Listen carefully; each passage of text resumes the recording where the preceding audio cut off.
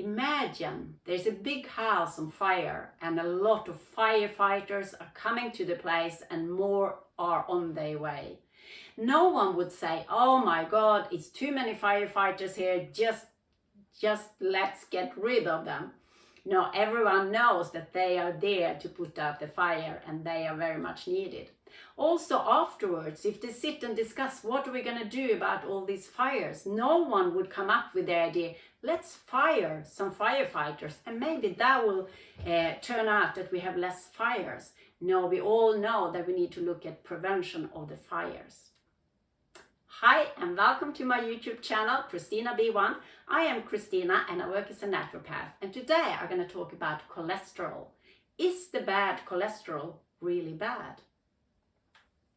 But first, a little bit of information. What is cholesterol? Cholesterol is a fatty substance in our blood, and there are two different sorts of cholesterol, what we call the good cholesterol, the HDL, the high density lipids, and the bad cholesterol, the LDL, low density lipids. So it's two different sorts of cholesterols in our blood. When bad cholesterol sticks to the artery wall, that is called plaque. As you see on the picture here, you have a healthy blood vessels with no plaque in it. And here we have a blood vessels that the plaque has started attaching to the blood vessel wall, and as it builds up it gets harder and harder for the heart to pump the blood, and it will become a very narrow pathway for the blood as the plaque builds up. It's also called arteriosclerosis, which is a chronic inflammatory disease, and that means that we have very high cholesterol in the blood. But, and of course, this is not a good picture here. It's not good when the plaque is filling up in the arteries, and that is a cause of heart and vascular disease, which is still on the top of the list of reasons why people die is because of heart and vascular disease. So it is important to make sure that you have as healthy blood vessels as possible and as little plaque as possible. But cholesterol is also important. It has very many health benefits for our body. It is made by the liver, and if we eat food rich in cholesterol, the liver will produce less. If we do not eat enough cholesterol and the body needs it, then the liver will produce more. So that the liver will regulate the amount of cholesterol we have in our body. So, but the cholesterol in itself is very important for healthy cells in our body. It's vital for the production of hormones like testosterone, progesterone, estrogen. It's all important that we have enough cholesterol to be able to produce these important hormones. It's also very important for the production of vitamin D. When we are out in the sun and the sun rays hit the skin, it's the cholesterol that help convert the sun to vitamin D in our skin and in our body. It's also very important for the transportation of the fat-soluble vitamins in our body. And it's important for the health membrane, that the membrane that covering all the cells in our body need this fatty layer to protect the inside of the cells. Just like I talked about, the omega-3 is another fat that is important for the cell membrane to stay healthy. It's also important for the nervous system, and it also helps to bind to toxins and bring it to the liver. So as you can see, it has many important health benefits to have the cholesterol. When you take blood test and test your cholesterol, now I just know the numbers for Sweden. I don't know if it's the same all over the world, but I'm sure you can check that out yourself. But generally, and much more before also, they always took a total value of the good cholesterol and the bad cholesterol, put them together, and if the total value is under 5, it's good.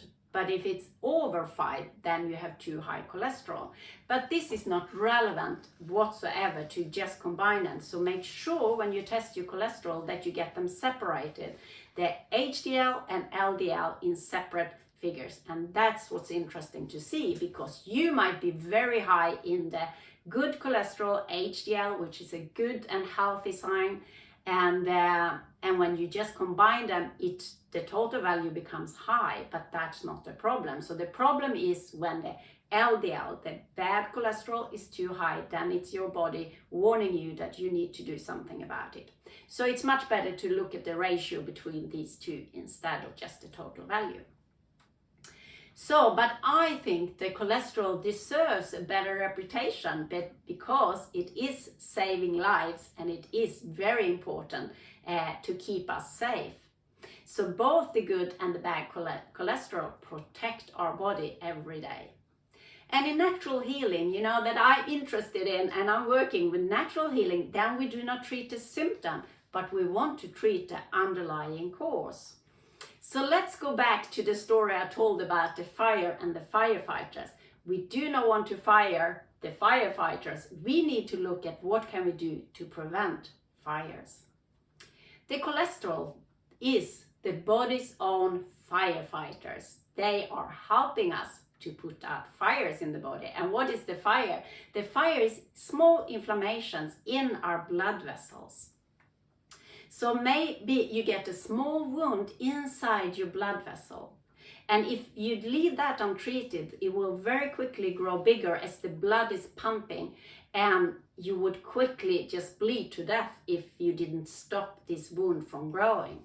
So the firefighters, our cholesterol, is quickly coming to the place where this has happened and close off the wound by putting cholesterol there, so it won't grow bigger, and it will in that way save our life. So, but instead of just hosing it down with water, it's more like putting a blanket over it, covering over this wound and keeping it safe so the body have time to heal itself. But I will more compare it also to like a BandAid. Think a BandAid that is sticky on both sides. So when this little small wound or inflammation in your blood inside lining of your blood vessel wall happens, the cholesterol comes and sticks to the wall, and then it's also sticky on the underside, so another cholesterol will come and stick to it, and that's how the plaque builds up, to cover it up and make sure that we don't bleed to death. So it quickly covers it up, and that is very good. We have to thank our body for that. So it's a good thing. But your body is telling you, when you have high cholesterol, it means that you have too many small wounds, small inflammation going on in your blood vessels. And that's of course not good, but we want to take care of the fires. What can we do to prevent them? Yeah, you all know that when you have a fire at home and the fire alarm goes off, you do not take out the battery. You do need to take care of the fire instead. But imagine this, to take cholesterol lowering medication, that is like taking out the batteries out of your fire alarm, or it is like firing the firefighters instead of taking care of the fires. So what can we do in prevention? Well, we need to look at ways how we can reduce inflammations in the body. And number one is always heal your gut. To have a healthy gastrointestinal tract, a healthy stomach, a healthy intestine is the first thing that you need to look after to stay healthy, keep healthy, and to lower inflammation in the body, especially if you have a leaky gut. Because leaky gut means that the intestinal wall is letting out toxins from the intestines out into the bloodstream, which is never a good thing, and also causes allergies, for example, but also, of course, small inflammations in your body. So I recommend that you eat a good healthy diet, an anti-inflammatory diet with lots of fruit, vegetables, berries, herbs, spices, etc. that are rich in antioxidants that can lower inflammation in the body.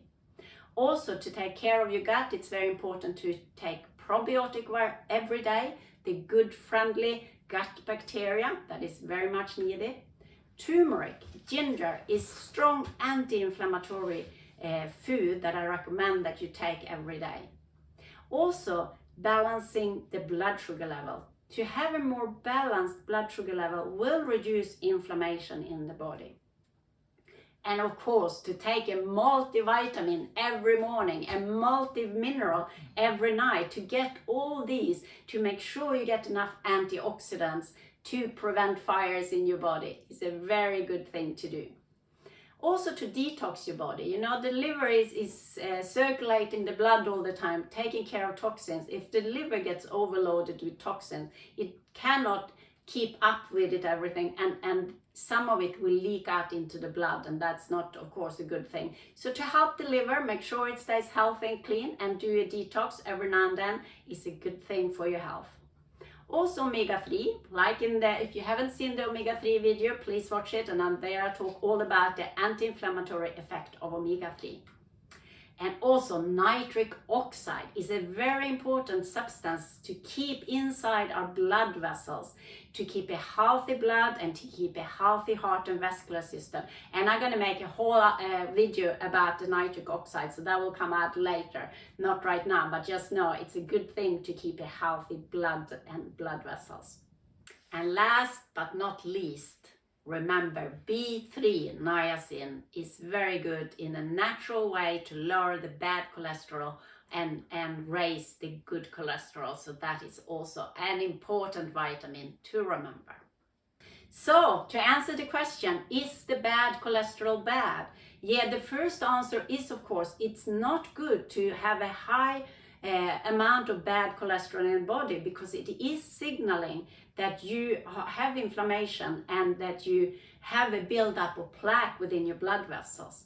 But remember, in the short term, it has saved your life, and it gives you time to look over your lifestyle and do lifestyle changes, to do things that you can do to lower inflammation in the body, and then naturally also the bad cholesterol will lower with more vitamins, with more minerals, with more antioxidants.